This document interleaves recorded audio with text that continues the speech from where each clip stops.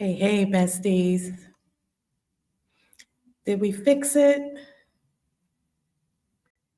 My apologies for the technical difficulties. User error. My fault. I tried to use a different platform to go live, and it was my first time trying to go live through YouTube, and it just kept spinning. I clicked the go live button. It seemed very simple, but the screen just kept spinning. And I let it sit for like a minute. I'm like, what's happening? StreamYard is just easier. So I switched back to what I know. So my apologies, but thank you for being patient with me, and thank you for hopping over to the second live stream that I scheduled. Uh, if you are joining me live, thank you. Thank you for being here. I appreciate you so much. I appreciate you so very much. Hey, Miss Venus. I saw a few of you in the comments on the other video, so I'll give you some time to come over to this video. I dropped the link in the live chat over there. Um, so I hope you all see it and are able to join me here. But the purpose of this video, what I wanted to go live to talk about today, I was going back and forth whether I wanted to continue with my investing theme that I had going, and I had a whole content plan created for the rest of the year. But real life is happening at the same time. And I'm like, you know what? I don't want to talk about investing today. I don't want to talk about investing today. But since I know a lot of us travel frequently, some of us travel slowly, some of us travel with the intent of moving abroad, I thought by sharing what I am personally experiencing, the decision point that I feel like I've reached, I thought that may be of interest to you as well. At least I hope so. But yeah, so the purpose of this video is just to share my experience living in Bali. I've been here for 6 months now. It'll officially be 6 months in a couple of days, but I've been here for about 6 months now. Some things are exactly how I imagined. I will be going to the spot as soon as this live stream is over. But some things are not. I shared a lot of details in prior videos about Bali, so I won't go into a lot of the detail here. That's not the purpose of this video, but I've learned a lot about daily life here in Bali, and I've been thinking about like what really matters to me. So today I will share some of the reality of living here in Bali and what matters to me and the decision I'm facing about whether to stay or go after living here for 6 months. So join me, shall we? If you are new to my channel, hey girl, hey. My name is Malika. I am a seven-figure stock market investor. I retired early in my 40s, and I spend my free time helping professional Black women invest in the stock market and build wealth for the freedom to make decisions that are in their best interests, kind of like what I'm going to share with you today. So if that is of interest to you, subscribe to my channel and let's vibe. All right, let me say hello to any besties that are joining me. If you are joining me live, say hey. Say hey in the live chat. Drop some money babies like Miss Venus did. Drop some money babies in the live chat. Hey, brown skin girl. I love your name. Love your name. Hey, hey, Picky Girl travels the world. What's up, Adelia? Hey, hey, Miss Anita Ricketts. Hey, girl, hey. All my OGs in the house. I know the technical difficulties probably delayed a few people coming over, but I'm sure you'll join me. If you join me later, hey to you too. I'll circle back and say what's up. But if you're watching the replay, hey, hey, leave a comment to let me know that you were here. I appreciate you as well. But when I chose Bali 6 months ago, it is because of all the things I loved after visiting uh, a few years prior. And all those things I loved, I still do. I still do. Um, and out of everything that I love about Bali, the number one is the people. The number one thing I love about Bali is the people. The people here are some of the most kind people, but I'm also learning. They about that life. They are not passive people that you're gonna run over either. So don't mistake their kindness for being no punks. I am learning the true culture of Bali, and it's just so endearing to me, and I just love it more and more every day. Um, some of the recent interactions I've had with the Balinese people that just tickles me so much is I take daily walks. Sometimes I do them in the morning, but because it's so hot here, lately I've been doing them in the evening, the early evening, like after the sun starts softening a little bit and going down. So around 4 or 5 in the evening, I'll take my walks along the beach walk, and I pass by the same shops, the same restaurants, the same cafes. So I tend to see some of the same people. And that's important when you are trying to ground yourself in a new country, um, and get to know the people that are living and working in the place that you want to call home. And because I have this regular routine and I've been, coming across some of the same people, I have been interacting a lot with some elderly women, one who has recently determined that she's my auntie. And it's so funny how we met because I was walking and she was trying to get me to buy something from her shop. And when I'm in the zone, when I'm on my faith walks and I'm in the zone, it's just me and God. I'm just enjoying nature and just being open to divine download. So I'm really not paying that much attention to my environment. And this old little short lady, I mean, I'm 5'2". She's shorter than me. She's probably about half my weight too. This old little short lady tried to get me to come and buy something from her shop, and I just, trying to be polite, saying no, thank you. Using my little Bahasa Indonesian that I know, trying to be respectful and bowing to her and everything. And she was just so persistent. She said, "You know shop today? You know shop today?" And I just kept insisting, "No, I'm not shopping today." And she said, "I think it's because you cheat." When she said that, I stopped.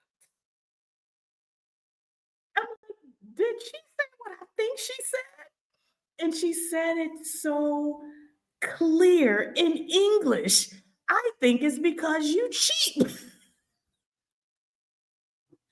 I was so shocked because I've never experienced such aggression with Indonesian people before, and I've never been offended. by them before either. So it stopped me in my tracks, and I turned around and looked.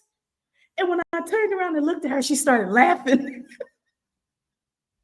She started laughing, and it made me laugh. And any anger that was brewing or any offense that I took to her statement, it just kind of went away because we just started laughing. We were both laughing. And of course, I approached her and I said, "What did you say?" Y'all, I ended up in her shop and I ended up buying a dress. Little old lady hustled me. She hustled me. But I share all that to say that initial interaction that I initially felt was negative has turned into like the sweetest little relationship that's blossoming because every time I walk by her shop, now she greets me. Now she says hello. She stops me and teaches me phrases and words in Bahasa Indonesian. And when other ladies see me walking by and try to get me to come into their shop, and she sees it, she swoops in and she make them leave me alone. It's so cute. It's just the cutest thing. And the other day, it was two little ladies that was trying to get me to come to their shop because there's a market that I walk past. And sometimes I am interested in shopping, sometimes I'm not. But there's a market I walk past and they were like, "You know, shopping today?" And I had on um, a little cover up because it's so hot. You got to be careful with the sun here in Bali. So even when it's 85, 90 degrees, I'm still, my arms are still covered up. And because of what I was wearing, they knew I bought it from someone's shop. So they were trying to insist that they had something like it in different colors. And they were just trying to get me to come over. And I don't know where she was in the back, but she heard me and she came out and she told them to leave me alone and told me to go home. She said, "I'm your auntie. You go home now." I was like, "Yes, yes, ma'am." I promise y'all, this lady got to be about 70 years old. But she's the cutest thing. She's the cutest thing. So when I walked by yesterday, they didn't bother me anymore. Nobody bothers me anymore. When I walk by, they know my name. They're, "Hi, Malika. Malika. Salima Paki." And it's just so cute. And I stopped. Now I stop because I want to talk to them. And they asked me why I walk every day. And I said, because I'm trying to lose weight. I'm trying to get healthy. So ever since I told them that, now they have weight loss tips for me. They telling me what to eat, what not to eat. They said too much nasi goreng. No nasi goreng. And I love nasi goreng. No mi goreng, no mi goreng, no mi campur.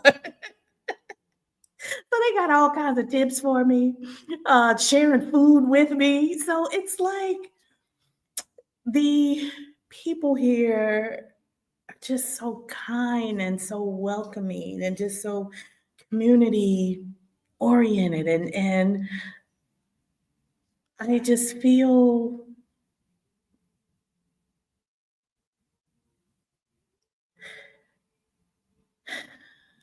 what's the word I'm looking for?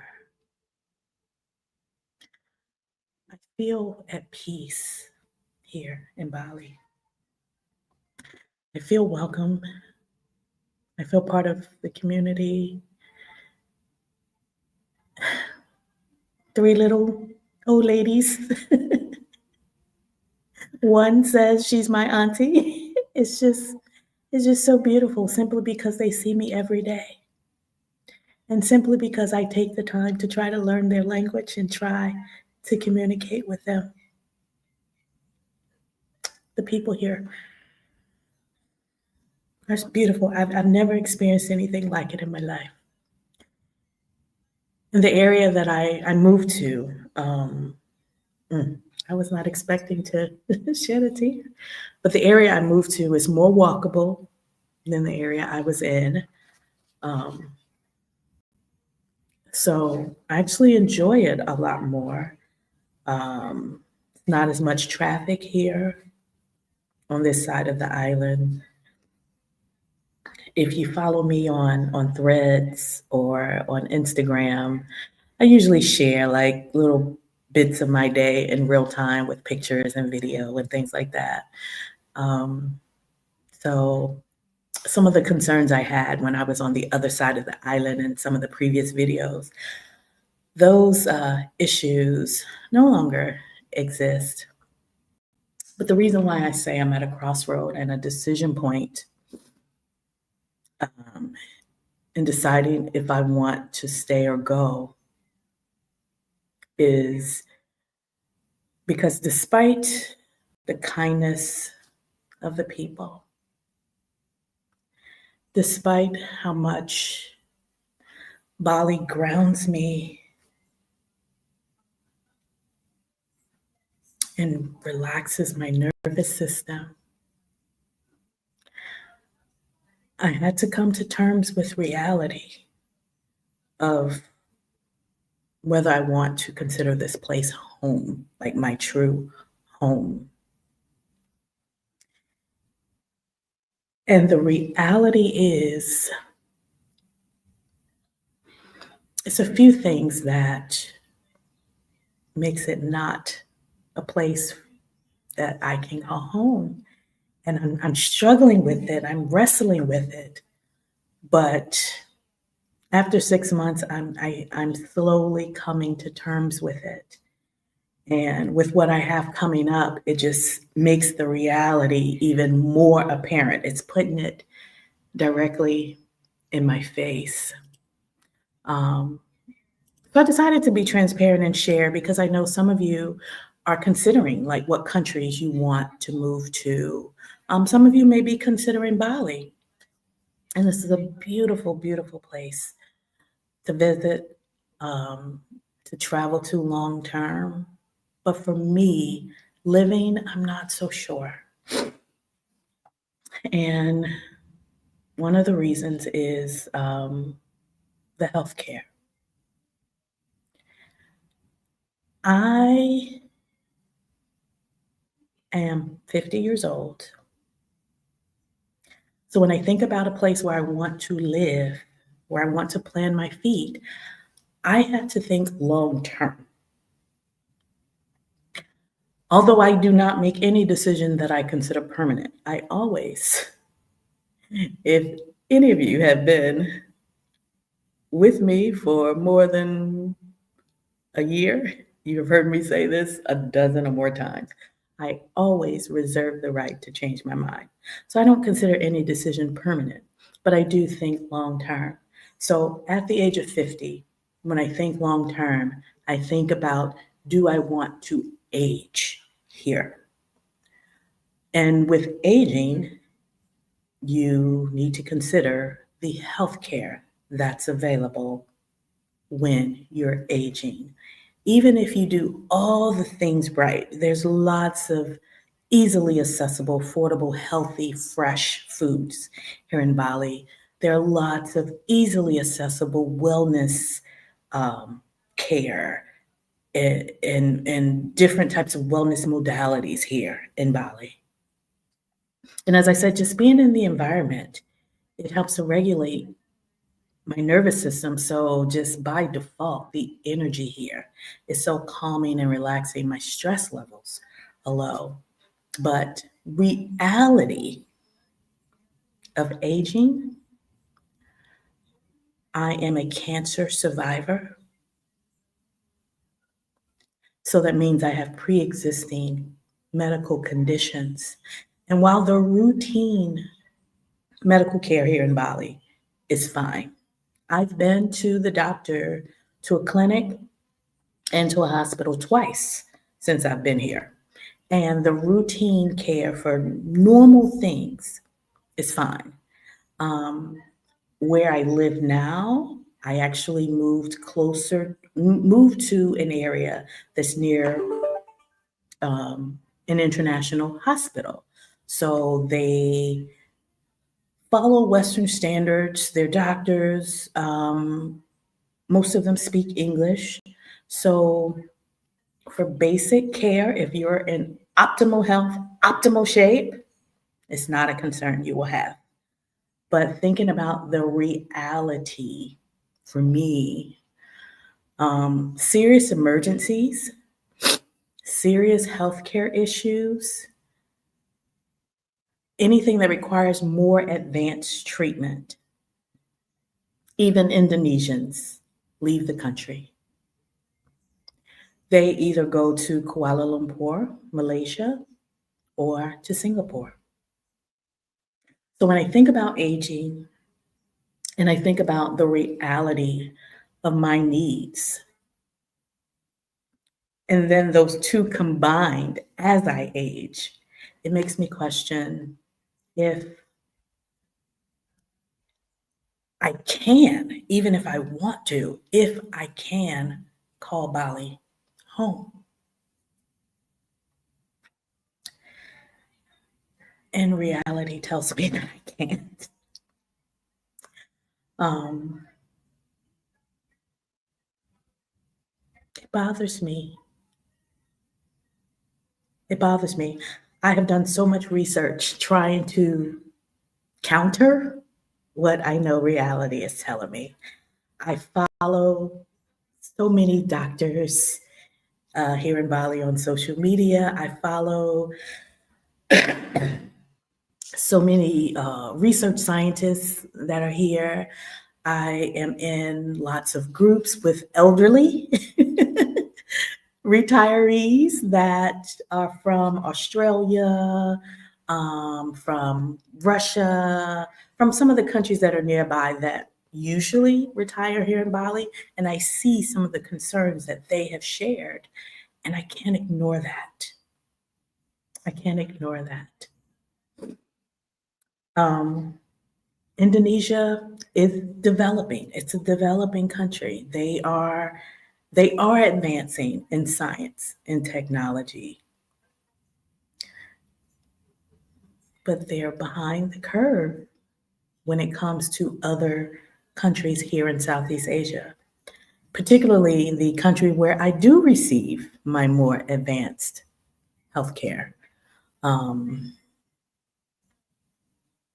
what brought all of these thoughts to the forefront of my mind is because I go back to Kuala Lumpur, Malaysia for my follow up doctor's appointments.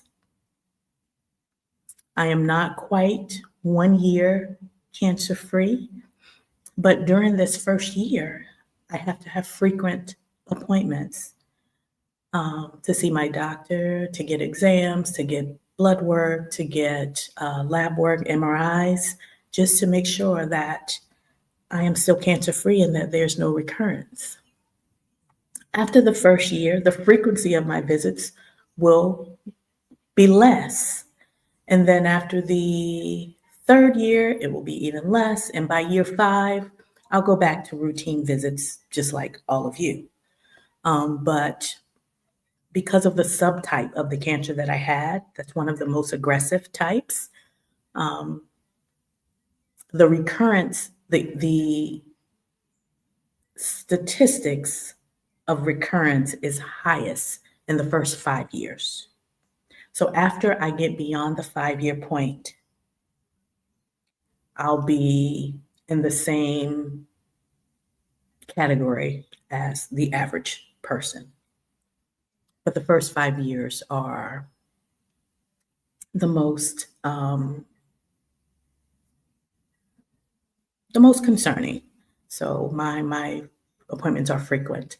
So I fly back to Kuala Lumpur for an appointment. I choose to do that because I want continuity of care. I want to see the same doctors that I saw when I was diagnosed, when I was treated, when I had my surgery. Even though I went back home to the United States for the chemo and the radiation, now that I'm back in Southeast Asia, I realigned my care back with the same doctors, and the care that I receive there is excellent. Excellent. Um, The medical facility that I go to in Kuala Lumpur, Malaysia, is named by Newsweek as one of the top hospitals in the world.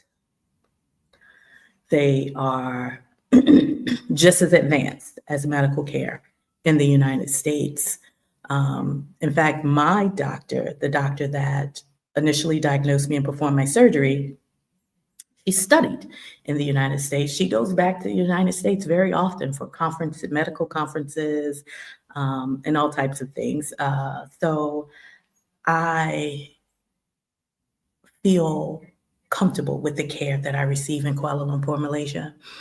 But I don't think I can get that type of care here in Bali.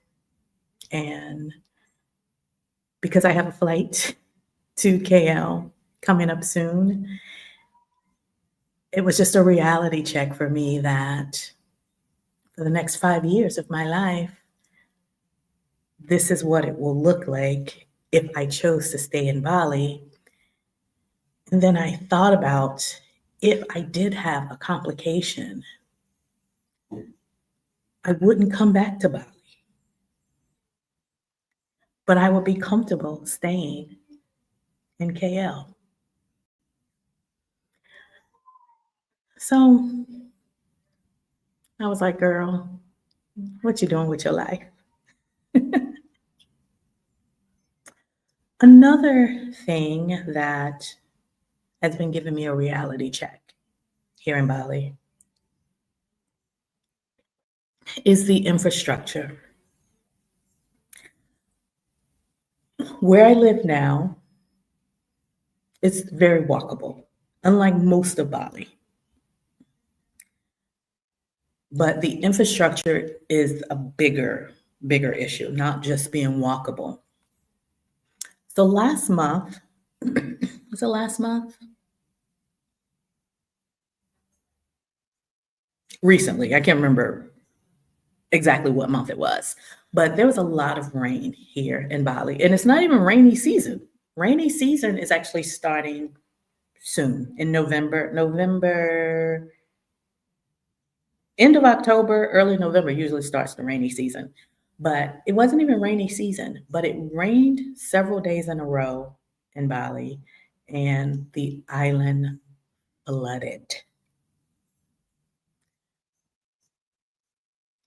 Buildings started collapsing. A lot of people, homes were damaged, lost everything. Unfortunately, a lot of people lost their lives. There were a lot of rescue efforts going on all around the island. And where I am in Bali is the most developed part of the island. And I believe Bali is the most developed island of the country. So, thinking about the infrastructure or lack thereof, not having the infrastructure that can handle flooding. And several days after the flooding went away, every time it would rain, the waters would rise faster than it did the last time it rained. Thankfully, where I lived, I did not experience any damage or any flooding, but being aware of the reality of living here, it was it was an eye opener. It was an eye opener because it's normal. They don't have the infrastructure to handle floodwaters. On top of that, Bali sits right on top of, and I might get the terms mixed up, but the seismic plates, the the earth science stuff that causes earthquakes. I'm sure some of you uh, are more well versed in that than I am. But Bali is very, very prone to earthquakes, highly, highly prone to earthquakes. And after earthquakes, there's usually warnings of tsunamis. I was doing research on historical earthquakes, how frequently they are. I did a little bit of surface level research before moving here, but now that I'm here and since I've been here and I've seen what flooding looks like, it made me go down a rabbit hole and do so much more to learn about the frequency of earthquakes, the last earthquake, the frequency of flooding, the last flood, the likelihood of what the island has developed to prepare for the next flood or to prepare for the next earthquake. And that's what concerns me. That's what concerns me because the flooding is so common, because the earthquakes are highly likable. The island sits right on top of the seismic activity. There has not been a lot of infrastructure development to manage the impact of these natural disasters. Every country is exposed to some type of natural disaster, so it's not the disaster that concerns me. What concerns me is the lack of infrastructure to be able to manage the impact.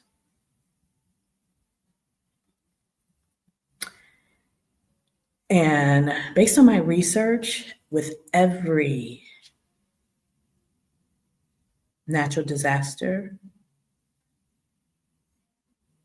there was a lot of loss, a lot of suffering, a lot of damage. I've seen some commentary from Indonesians. I won't talk about their government, it's not my place. But that's one of the gripes that they have, that their tax dollars are not being used to build the infrastructure. You see a lot of new villas going up all over the place, beautiful villas. You see a lot of businesses going up, new cafes, new restaurants, gyms, all the things that make daily life wonderful. But the infrastructure to hold it up, to sustain it when a natural disaster hits is lacking. And that's a reality check that I've been facing lately. The lack of infrastructure. And lastly, the housing is another thing that, well, not so much the housing, the villas, the homes, the apartments, all the housing that I've found that I've lived in, and I've lived in a lot. In the past 6 months, I've moved a lot. I do not let grass grow under my feet if I'm not happy. If I'm not feeling it, I'm out. I don't care if I already paid for it. I'm not staying anywhere where I'm not comfortable. Please believe you can have the money. I can go make more. But the housing is beautiful, but the problem that I personally have, and this is not a problem that exists for people who choose to call it home, apparently, but when I'm thinking about long term, how I want to live, is this something that I want to constantly put energy and effort into managing? Um, Bali is a jungle. So every video you've heard me say, there's lots and lots of critters here, right? So if you're gonna live in Bali, you gotta learn to coexist with the nature that was living here first. Right? Um, so most of the villas are, most of the, especially the most beautiful ones, they are like, they have like an open air concept. And I'm realizing now, after living here, for a purpose. That open air concept helps the breeze, helps us to move the fresh air throughout your home to avoid something that's very, very common: mold. Bali is a tropical, humid island. And if you're closed in all the time, closed in and sealed up, it creates the perfect breeding ground for mold. So I'm understanding why the homes are built with that open air concept. I'm like, I see. But the flip side of that open air concept is managing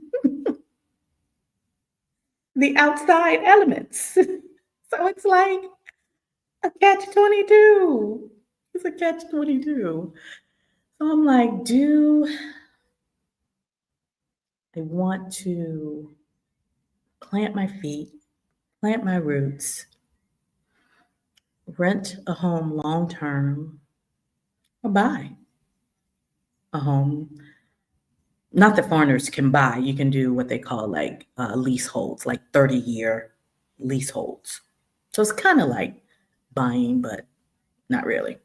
Do I want to plant my feet long term,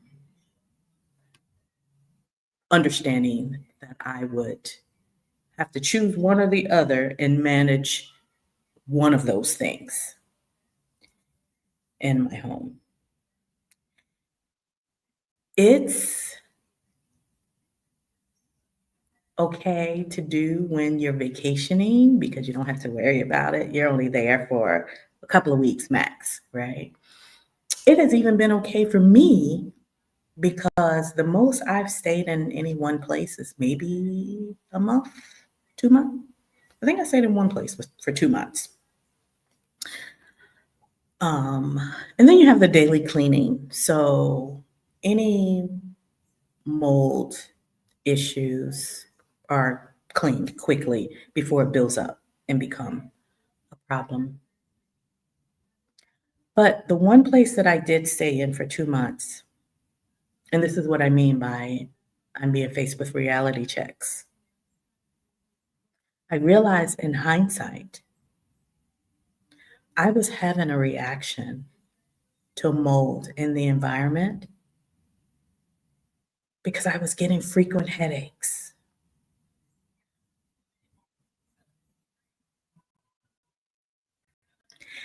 And I was thinking the headache was either something I ate, maybe I ate something too salty, or maybe I was stressed.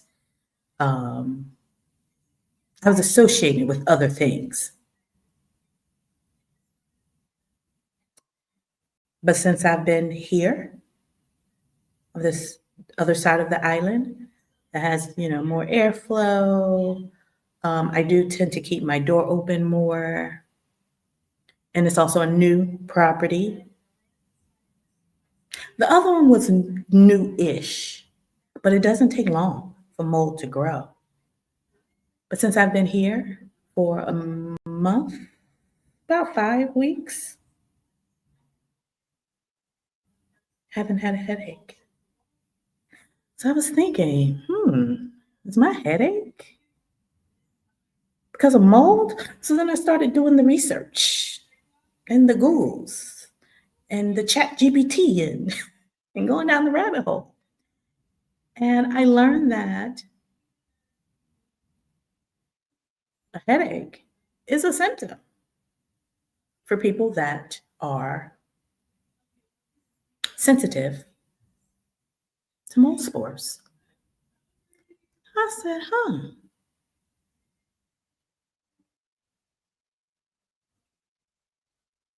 So it's just, it just gave me more to think about. Living in a tropical environment. Is that something I want to manage in my home long term? I remember when I lived in Mexico, I did have this dehumidifier in my apartment. It was provided by the landlord, so it's nothing that I personally had to do. And it would just pull moisture out of the air. And I remember being so fascinated because I've never lived in a tropical climate before or a very, very humid climate before. Even though my body loves humidity. Um, so I'd never experienced it before, but it will pull the moisture out of the air. And it was just so fascinating to me that my housekeeper would come, she would empty it, she would clean it out, and in like 2 days, it would be full again. And I was like, oh my goodness, it is that moist in the air. And people would talk about how when they would travel, they would have to put their clothes away in these airtight, sealed compartments and put the little bags in there that keeps the moisture. And I guess it just didn't really dawn on me like the impact or the damage if you didn't do those things because it was just something that was done for me. But here in Bali, it's just bringing all those thoughts back to the forefront um, because I'm not seeing as much preventative here as I saw in Mexico. But it's something that I would have to actively and intentionally do myself in terms of preventative measures to make sure that mold does not build up in my home. So,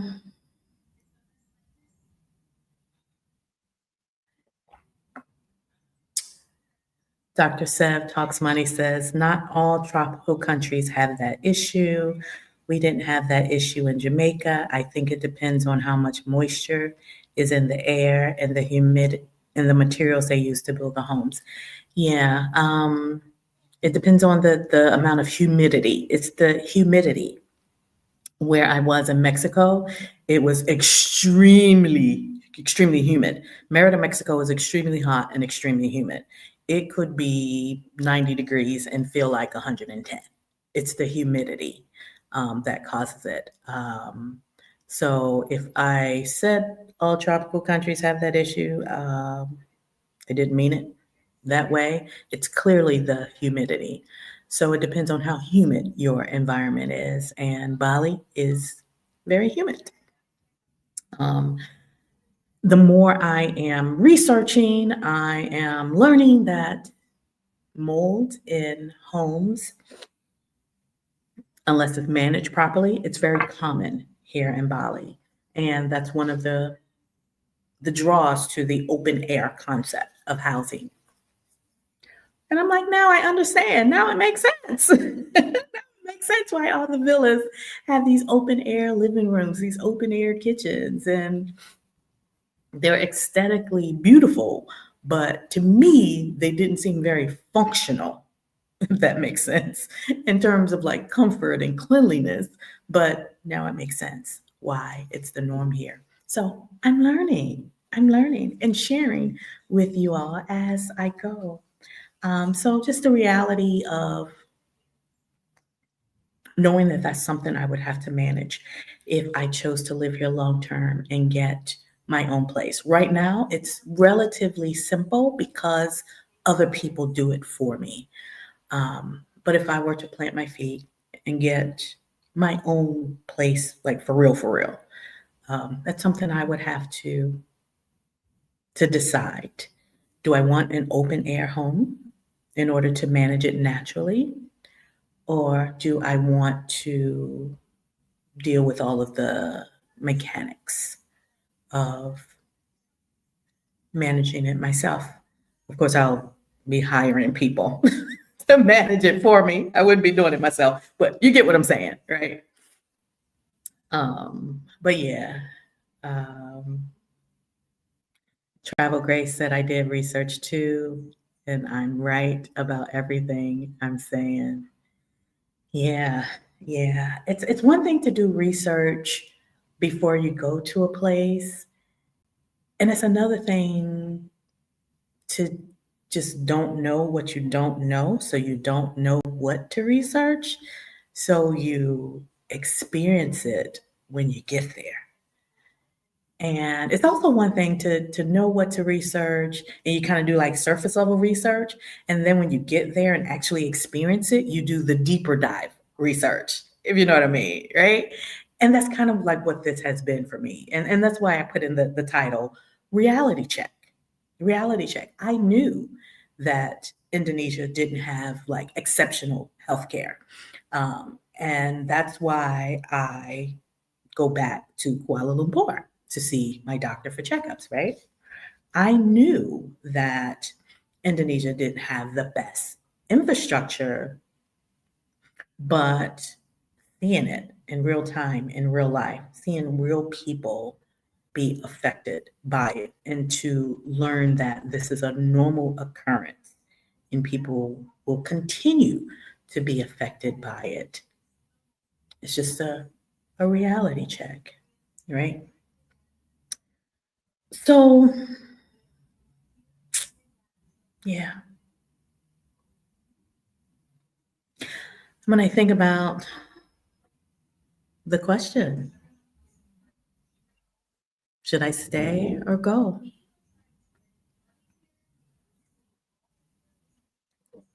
When I think about when I say I want to stay, is because I think about how well rested I am, how happy this place makes me.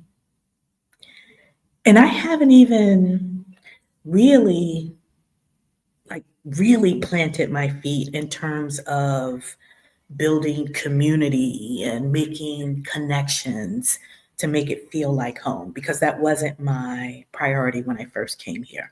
When I first came here, I was solely focused on myself and healing. And what I love already about the place, I know once I make, if I put forth the effort to make even deeper connections with Indonesians, I know I will fall in love with Bali even more.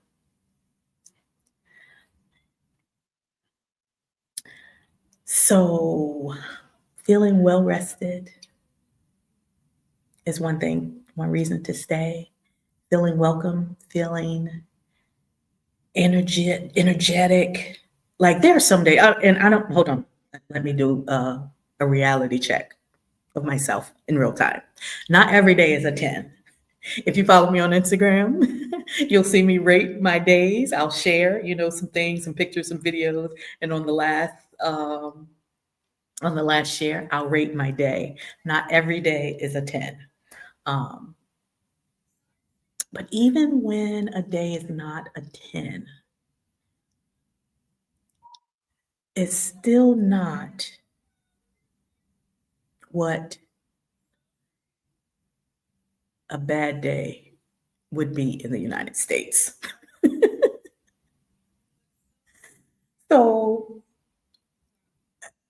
it's a five maybe.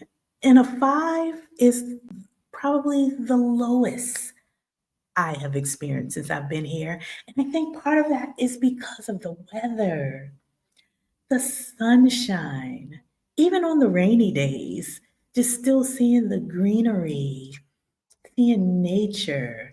It's just something about nature that is psychologically healing. I cannot explain it, but to look out of my door and see water, green, and sunshine, even on a bad day, I'd be like, thank you, Lord. Thank you, Lord. Sometimes I'll just pull back the curtains just to stare at nature, and it's like a dopamine hit. I I'm instantly uplifted. Right. Um, but with that said, thinking about reality, the healthcare, the infrastructure, the housing, that makes me lean towards go. So what I'm thinking, and y'all let me know. What I'm thinking is instead of, uh-oh, darn it, I snagged them again. My house call. Instead of considering Bali as like home, like a permanent place to plant my feet, I was thinking about just using Bali as vacation. Like this island is the ultimate vacation spot. When you want to get away, if you're stressed, if you just need some time to yourself, whether you're solo, with a spouse, with your kids, there's so much for everyone here to experience. Bali is the ultimate vacation. And if you're already on this side of the world, it's so inexpensive. So I was thinking maybe I should put Bali in the category as my vacation spot when I want to get away, when I just want a new environment, um, or if I'm ever dealing with any type of stress or challenge and I need a break. Bali can be my escape. And since I know it so well now, I'm kind of familiar with different parts of the island.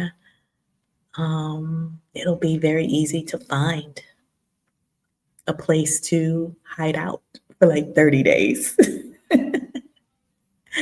And then when I feel well rested again, because you come to Bali, you gon' get rested. There's a saying in the Black and Bali group. Um, I can't remember how it goes, but it's something like because there are people that don't like Bali, and there are people that absolutely love Bali, like me. And they say Bali chooses you. Bali chooses you. And for the people that don't like Bali, it's because Bali didn't choose you. But if you come to Bali, you will you will leave so grounded, so rested, and reminded of humanity and the kindness of people, right? So thinking of Bali as like my vacation spot to come to when I want to get away, it's a nice balance that allows me to enjoy the things I love, but not put myself at risk because I'm ignoring the reality of what's not best for me. So, what y'all think about that? What y'all think about that? I'm definitely not leaving to go back to the United States. I can tell you that for sure. I'm 110% confident about that. I will not be going back to the United States anytime soon. I won't say never, but anytime soon. Um, but yeah, I was thinking about just finding that happy median, that balance between being in Bali and enjoying it for what I love, but also choosing another place that has all the things that I love about Bali, the kind people, the relaxing environment, um, the conveniences that allows me to have the luxuries that I enjoy here in Bali. Weekly massages, assisted stretches, a cleaner, a cook, all the things. So I still want those things. I don't want to give up the things that I enjoy. But I also need to think long term and think about being in a place that has the quality health care that I need in the event that something major were to happen. Could I continue hopping on a flight every quarter to go back to Malaysia? Yeah, I could. But do I want to? I'm planning for the second flight, and I'm realizing it's a lot of work. It's a lot of work, even though the flight is only it's less than 3 hours. Um, Getting to the airport, I'm not far from the airport, so the ride to the airport is not the issue either, right? It's just the effort that it takes to plan the flight, to book the flight, to pack the bags, to be in the airport, to board the flight, just the logistics of it all. It's a whole day, even though the flight is less than 3 hours, even though I live probably 20 minutes, 30 minutes tops from the airport. It's just the logistics of it all. Then when I land, then finding a car, then getting to the the new apartment and just settling in again, and it's just the logistics of it all. Then adapting to a new environment. Your sinuses go through all kinds of gymnastics when you enter a new environment. And Kuala Lumpur, Malaysia is similar to Bali in terms of temperatures. It's not as humid, but it is warmer because Kuala Lumpur is a city. So it does not have the breeze from the ocean that cools it down. So the heat gets trapped. So the temperatures may be relatively the same, but it feels hotter in KL because it does not have the ocean breeze. Now, there's another area in Malaysia that a lot of retirees land and decide to call home. It's called Penang, and that is by the ocean. So I'm sure it's cooler in Penang, but I like KL. I do like the city life of KL. Um, but yeah, the logistics of the travel for a doctor's appointment. And I plan when I go, I stay several weeks just in case my doctor wants to run any extra tests, do any extra follow-ups. When I'm going this time, I'm actually seeing 3 doctors. I love the medical system there. I told them I am coming for follow-ups. They want me to see 3 different doctors. They scheduled my appointments back to back. So I technically only have to go one time, but I'm seeing one doctor at this time. I'll probably go downstairs and have lunch, and then I'll see another doctor at this time. When I'm done with that, another doctor at this time.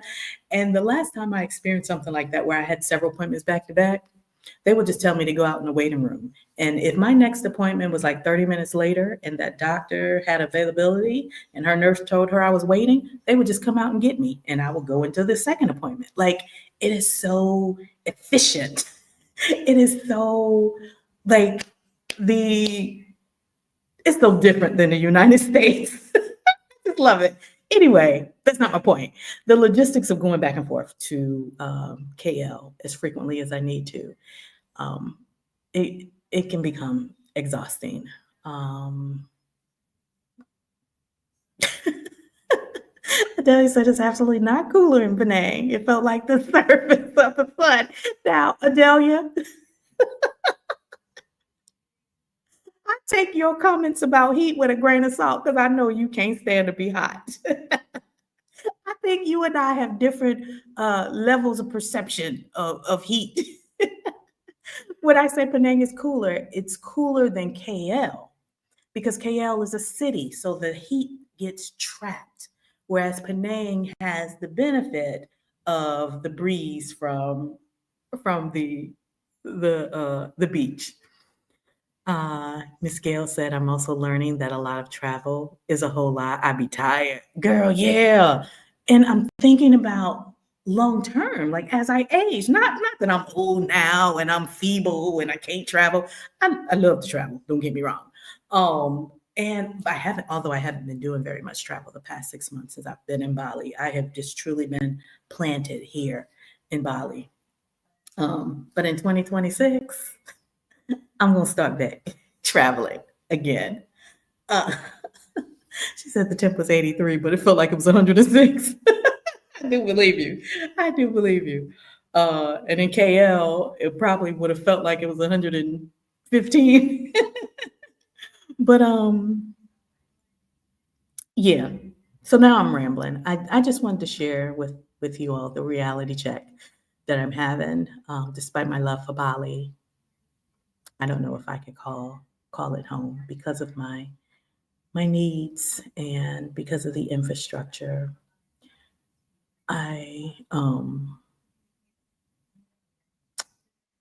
know if I could do it long term, but I do love it here. And even if I were to leave, I will come back frequently, more than once a year. um, Malaysia does not have earthquakes. Malaysia, the positioning of it is not, I cannot get the terms right, but the seismic activity, where Malaysia is positioned, it's not around any seismic activity. It can feel tremors from nearby countries if they were to have an earthquake that was really, really strong. Malaysia could feel the tremors from it, but Malaysia does not get earthquakes. Malaysia is warm. It is warm. But yeah, a lot of the things that concern me about living long term here in Bali is not a concern that I would have in Malaysia. And of course, Malaysia has the accessible quality healthcare. Um, so I might call both of them home. Can I do that? Is that a thing? Is that allowed? I wonder. I could just get residency in both of them and call both of them home. I can have a villa here in Bali and an apartment, a condo in KL. Hold on.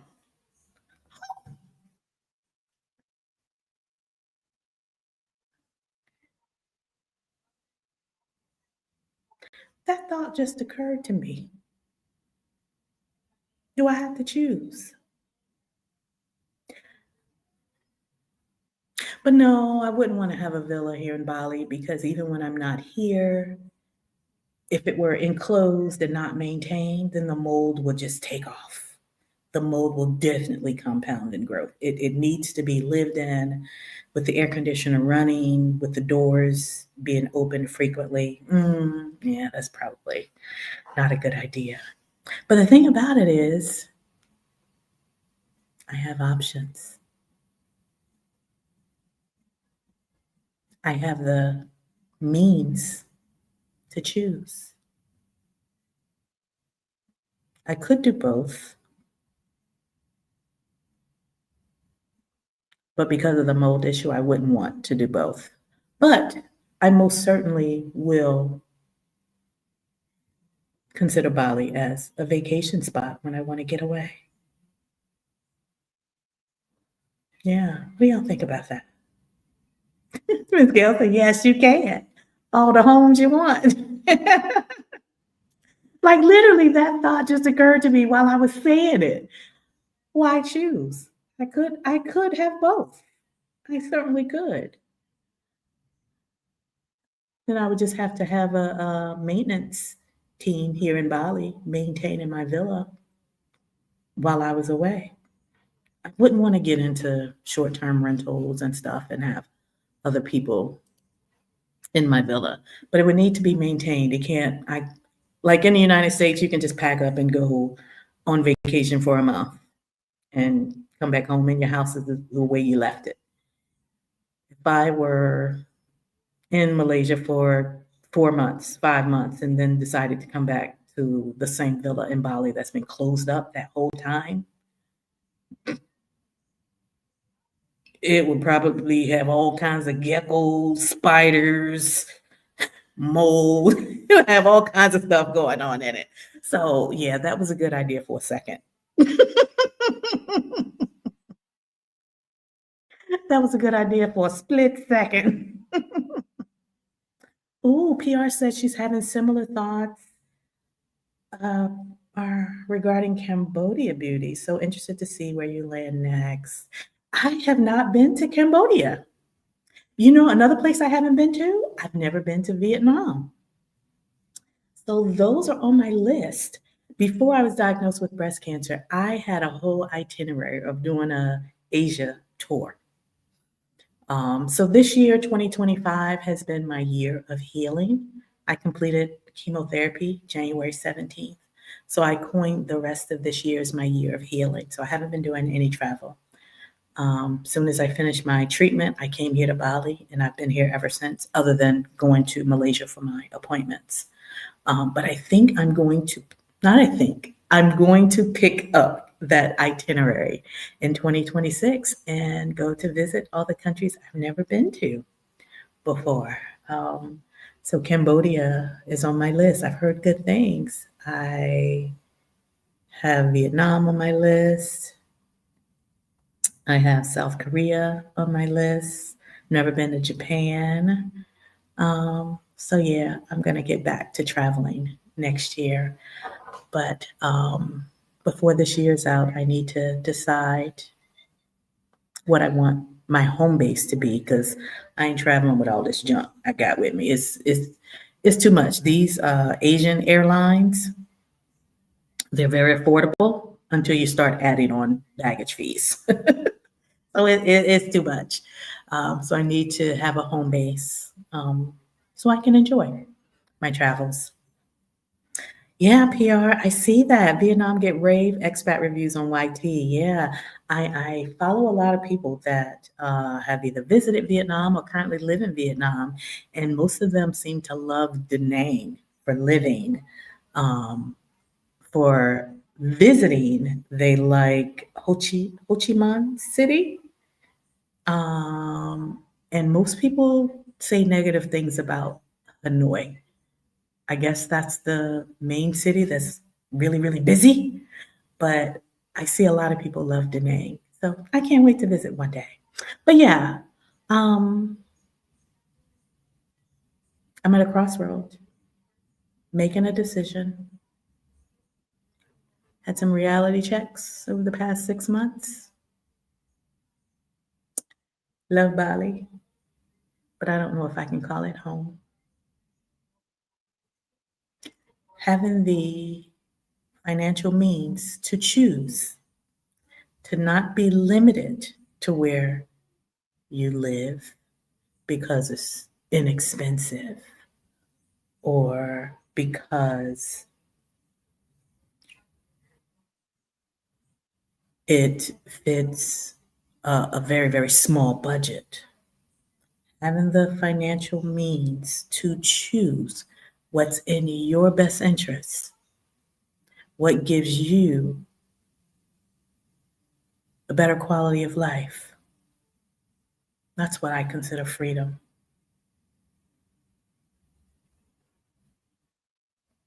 That's what I consider freedom. And those means come from the stock market.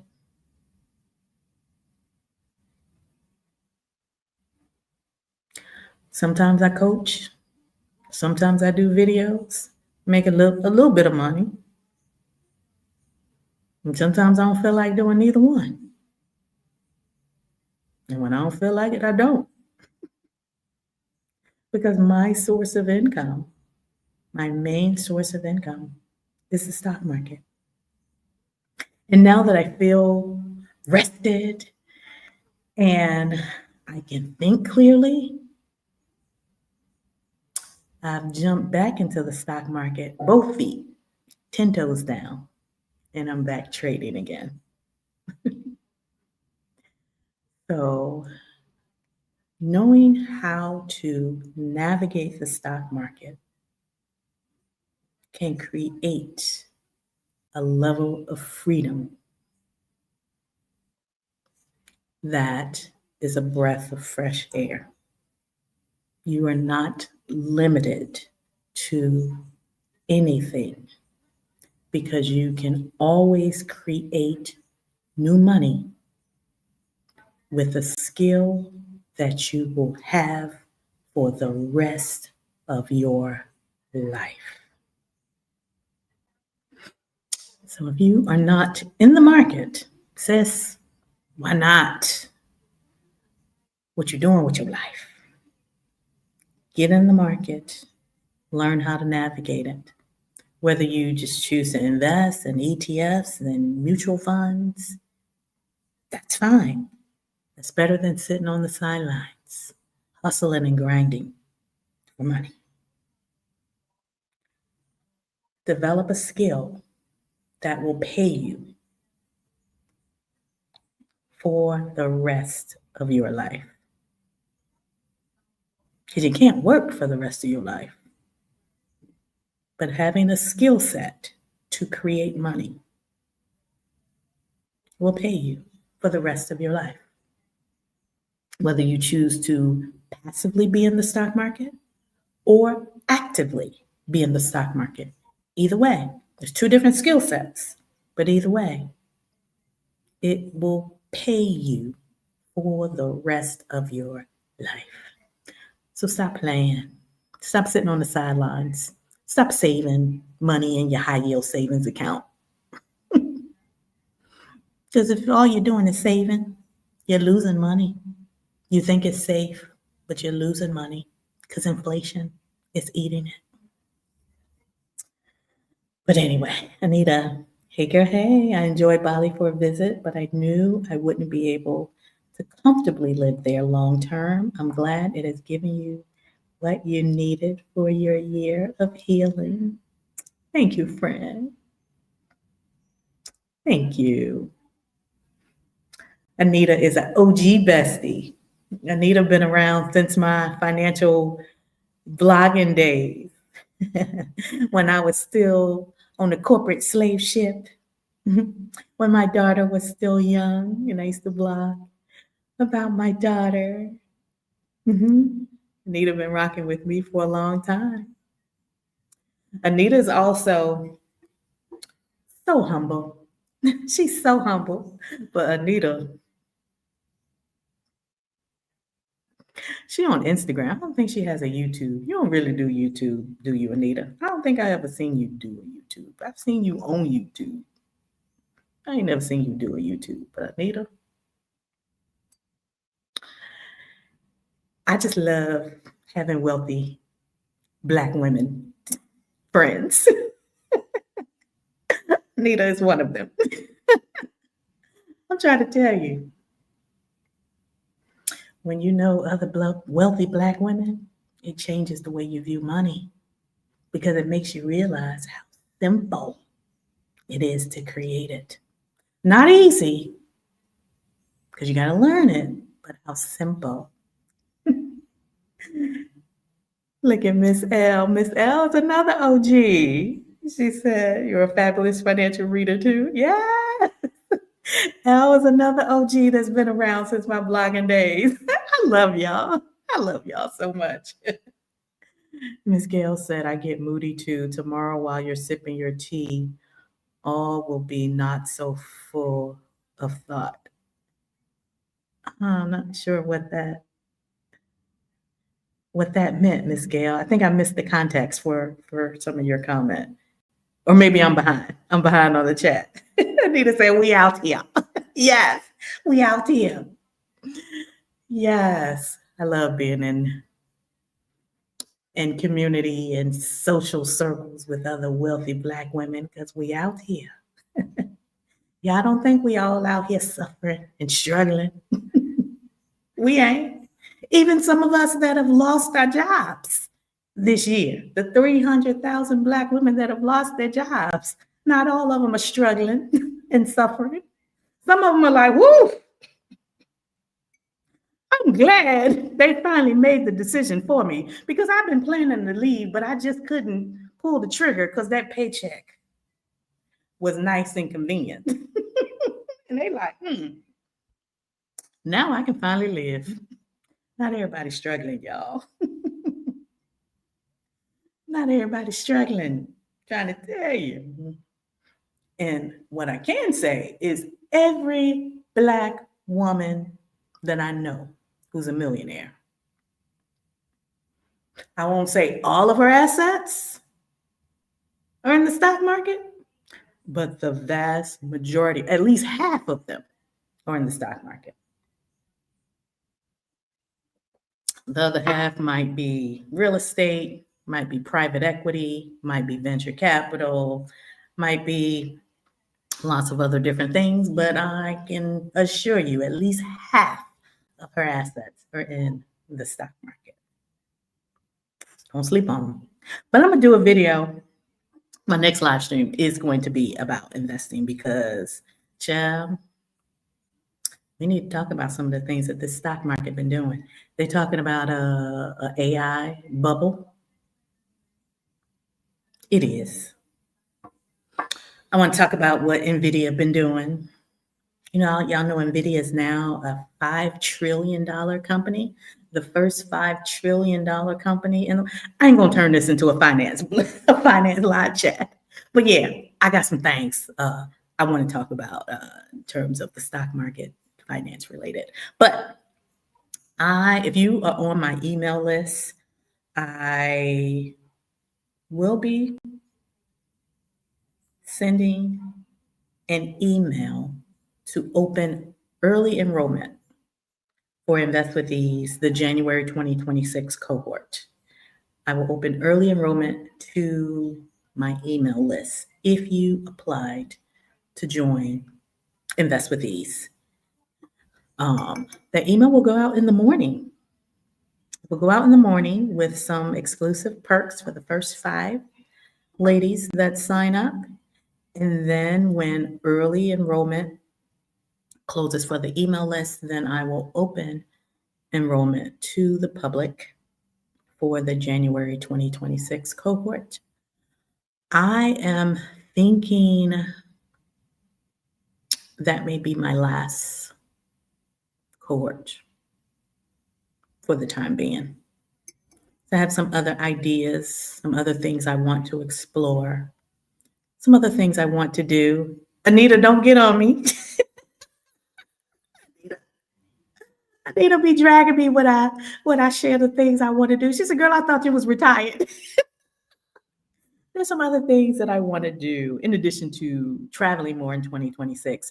So the January cohort will probably be the last cohort that I do for Invest with Ease for the foreseeable future, because there's some other things I want to explore. And also now that I'm back actively investing and trading in the stock market, that takes time. And it's something that I enjoy doing as well. So I'm going to do one more cohort to pour everything that I have up here into you if you want to develop this lifelong skill that allows me to live freely and choose wherever I want to be in the world. Join the January 2026 cohort, but early enrollment will open tomorrow to my email list. If you want to get on the email list, you can go to my website, moneycoachmalika.com, and click on the Invest with Ease link, apply to join.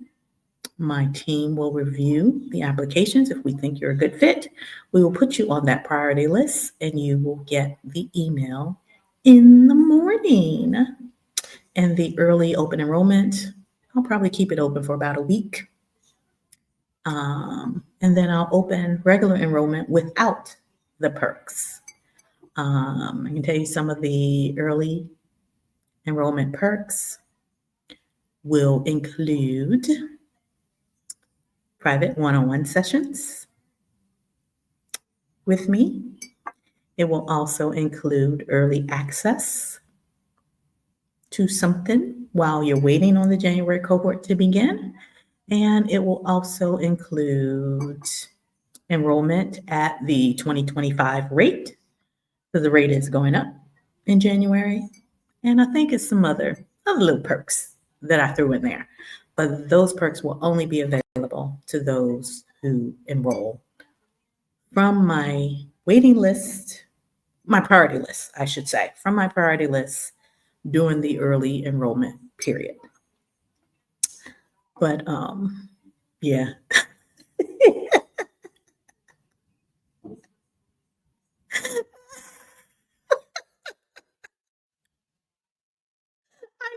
I ain't gonna start no more businesses tomorrow. I ain't gonna start no more businesses, Anita. That's why I said the January cohort will be the last for the foreseeable future, because if I want to start a new venture, I have to stop something else.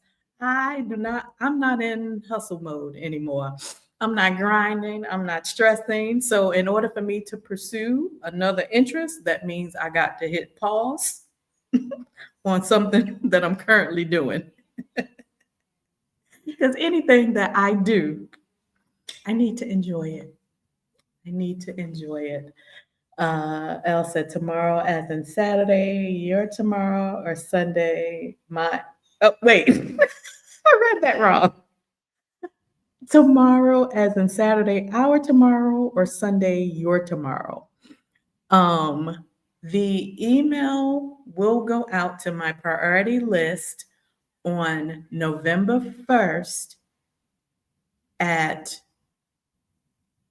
8 a.m. Eastern time.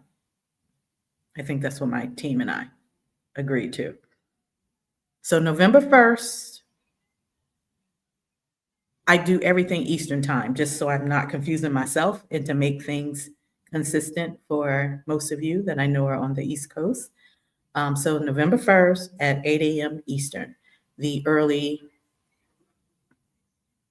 enrollment email will go out to my priority list, not my whole email list, just those who are on my priority list that applied to join the Invest with Ease program. The priority list will get early access and the perks.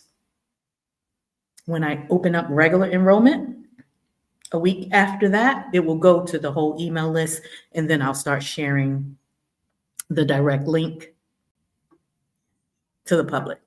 And that enrollment will not include the perks, and that enrollment will also be at the 2026 rate.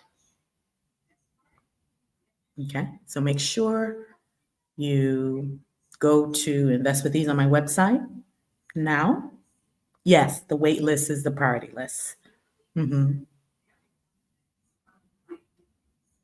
Yes, the wait list is the priority list. So go to Invest with Ease on my website, apply, so you can be put on the priority list. And the priority list will get the early enrollment email. It's a private link that's not on my website. You cannot find anywhere else. It's a private link that will be shared with the priority list only. Okay.